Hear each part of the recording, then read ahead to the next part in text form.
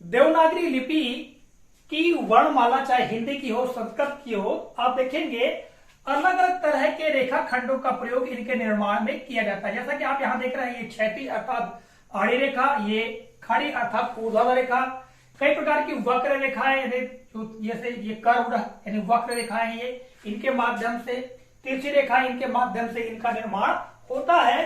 तो इन रेखाओं को अर्थात रेखा खंडों को किन नामों से जाना जाता है, इस वीडियो के माध्यम से हम जानते हैं। जैसा कि आपको ज्ञात है, जो हमारी भाषा है उस भाषा के लिए लिपि संकेतों का प्रयोग किया जाता है और इन लिपि संकेतों को किसी सतह पर उकेरा जाता है या लिखा जाता है। जब उन वर्णों को अर्थात लिपि संकेतों को अंकित करते हैं तो उस समय उसके लिए अलग अलग तरह की रेखा, जैसा कि हमने चर्चा की अभी, इनका प्रयोग किया जाता है। तो इनको किन किन नामों से जानते हैं, इस पर प्रकार डालते हैं तो सबसे पहला प्रकार आता है शिरोरेखा। नाम से स्पष्ट है, शिरो अर्थात शीर्ष, रेखा अर्थात लकीर, ठीक है, लाइन अंग्रेजी में कहेंगे। तो जो शीर्ष में अर्थात ऊपर की ओर अर्थात सिर के ऊपर, यदि हम हिंदी वर्णमाला की बात करें तो हिंदी वर्णमाला के जितने भी वर्ण हैं, जैसा कि आप देख पा रहे हैं यहाँ पर अ से लगा करके द्विगुण व्यंजन ड़ तक कुल 52 वर्ण हैं। इन 52 वर्णों के ऊपर यहाँ पर देखिएगा शीर्ष पर ये ऐसी क्षैतिज रेखा खींची गई है प्रत्येक वर्ण में, ठीक है। ये क्या कहलाती है, ये कहलाती है शिरोरेखा। जैसा कि यहाँ आप नाम देख रहे हैं शिरोरेखा अर्थात शीर्ष पर लगने वाली रेखा। इसका प्रयोग प्रत्येक शब्द में भी किया जाता है। देवनागरी लिपि के जितने भी शब्द है, चाहे संस्कृत शब्द हो चाहे हिंदी शब्द हो, इनमें यहां पर इस शिरोरेखा का प्रयोग किया जाता है। जैसा कि आप देख पा रहे हैं, हिंदी वर्णमाला में लिपि संकेतों, ये सभी जो शब्द है इनके ऊपर शिरोरेखा लगी हुई है और शिरोरेखा का अपना महत्व होता है। इसका प्रयोग सही तरीके से किया जाना चाहिए। कई बार विद्यार्थीगण आधी अधूरी शिरोरेखा का प्रयोग करते हैं जिससे कि उनकी लिखावट सुंदर नहीं होती। तो सुंदर लिखावट के लिए आवश्यक है कि शिरोरेखा का प्रयोग किया जाए, ठीक है। तो यह हो गई शिरोरेखा, ठीक है। जैसा कि आप देख पा रहे हैं यहाँ पर मैंने अ, इसके ऊपर शिरोरेखा उदाहरण दिया है सरा, यानी अ से सरा तक, यानी कुल मिला के हम बात करें अ से द्विगुण व्यंजन ढ तक सभी में शिरोरेखा का प्रयोग किया गया है। दूसरा प्रकार आता है, यहां पर आप देख पा रहे हैं ये जो ऊर्ध्वाधर खड़ी रेखा है इसे कहते हैं पाई। ये आप देख पा रहे हैं ये पाई है, ठीक। यहां पर ये जितनी भी रेखाएं हैं आप देख पा रहे हैं, ये ऊर्ध्वाधर रेखाएं ये लगी हुई हैं। तो हम वर्णों में देखेंगे यहां पर, तो यहां पर देखिएगा अ में, ये आ में, ठीक है। यहां पर देखिएगा ये ई में और ये ई में आप देखेंगे ये लगी हुई है, ये री में लगी हुई है, यहां पर लगी हुई है, ठीक। तो आप देखेंगे ये जो ऊर्ध्वाधर रेखा है इसे ही पाई कहा जाता है। और इस पाई के भी 3 प्रकार है। पहला प्रकार है अर्ध पाई, दूसरा है मध्य पाई और तीसरा है अंत पाई, ठीक है। जैसे कि आप यहां उदाहरण के रूप में देख पा रहे हैं, ये आप देखिएगा ई में ये पाई लगी हुई है, ये क में देखिएगा और ये अ में देखिएगा। अब जैसा कि हमने भी चर्चा की कि अर्ध पाई अर्ध का मतलब आधी या आधा। जिन वर्णों में आधी पाई लगती है, आधी ऊर्ध्वाधर रेखा लगती है, उन्हें अर्ध पाई कहते हैं। जैसे कि यहां पर आप देख पा रहे हैं, यहां प्रत्येक वर्ण देखेंगे ई, इसमें अर्ध पाई लगी हुई है। या री में भी अर्ध पाई का प्रयोग होता है।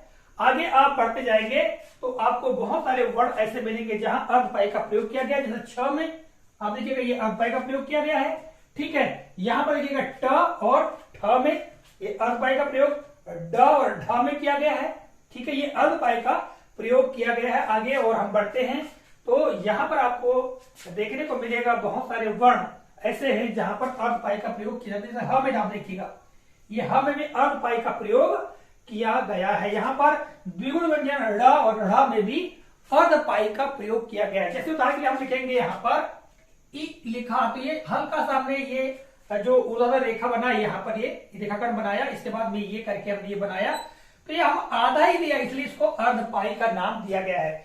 जिन जिन वर्णों में इसका प्रयोग किया जाता है तो वहां पर अर्धपाई का प्रयोग होता है। स्पष्ट तौर से आप समझ जाओगे। अगला आता है मध्यपाई। नाम से स्पष्ट है, मध्य अर्थात वर्णों के मध्य में लगने वाली ऊर्ध्वाधर रेखा अर्थात रेखाखंड।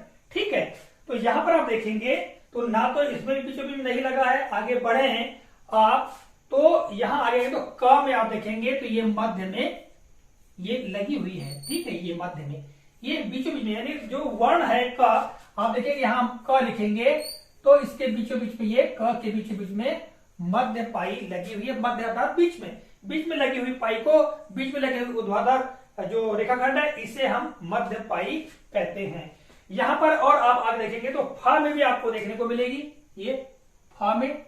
ठीक है, और तो पहले झ में भी इस प्रकार से बना होता था तो इसमें भी मध्य पाई का प्रयोग होता था, किंतु झ आजकल इस प्रकार बनाया जाता है। तो इसमें यहां पर अर्धपाई और ये अंतपाई, भी अंतपाई की हम चर्चा बाद में करेंगे। तो जो पाई मध्य में प्रयोग की जाती है, विशेष तौर से यहां आप देख पा रहे हैं क और फा, ये क और फा में मध्य पाई लगी हुई है। ठीक है, अब हम बात करते हैं आगे अंतपाई की। अंतपाई अर्थात वह ऊर्ध्वाधर रेखा जो अंत में लगती है। तो यहां बहुत सारे वर्ण आपको देखने को मिल जाएंगे, जैसे कि आ आप देख रहे हैं यहां पर। ठीक है, और ये ओ, औ,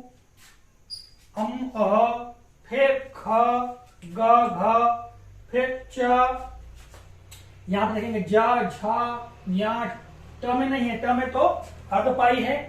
फिर आगे आप देखेंगे ण, त, थ, ध, न, प, भा में नहीं, भा में मध्य पाई है, भा, ठीक, ब, भा, म, य, फिर आगे ल, व, स, श, और ये यहां पर श, श, त्र, ज, स्र, इनमें अंत पाई है, यानी अंत में लगी हुई ऊर्ध्वाधर रेखा है। तो पाई के 3 प्रकार हैं, अर्धपाई, मध्य पाई और अंत पाई। ठीक है, तीनों के बारे में मैंने बता दिया। इसके बाद बात आती है और भी यहां पर आप देखेंगे वर्णमाला में तो इस प्रकार से ये बनी हुई है वक्र। तो वक्र को देखते हुए 2 प्रकार के वक्र हैं, पहला है बंद वक्र, दूसरा है खुला वक्र। तो बंद वक्र अर्थात जो वक्र बंद हो, यहां पर देखिए क में ये बंद है, ये बंद वक्र, और ये खुला है तो ये खुला वक्र। अ में खुला वक्र का प्रयोग किया गया है, वक्र अर्थात कर्व। ठीक है जी, तो यहां पर भी ये प्रयोग किया गया है कर्व का। तो ये खुले, ये जो है उदाहरण यहां पर खुले और बंद वक्र। यहां पर देखिए ये वाला बंद है, ये खुला है, यहां पर खुला है, यहां पर ये बंद है और ये खुला है, ये खुला है, यहां पर ये भी खुला है। ये बंद वक्र और खुला वक्र है। तो इस तरह से आपने देखा वर्णमाला में वर्णों का निर्माण अलग अलग रेखाखंडों अर्थात रेखाओं के माध्यम से होता है, जिसमें तिरछी, आड़ी, खड़ी, ठीक है, इनका प्रयोग होता है। तो इनको किन किन नामों से जाना जाता है इसके बारे में हमने बताने का प्रयास किया है। आशा करते हैं जानकारी उपयोगी लगी होगी। इसी तरह की जानकारियां अगले वीडियो में भी हम लेकर आएंगे। तब तक के लिए जय हिंद।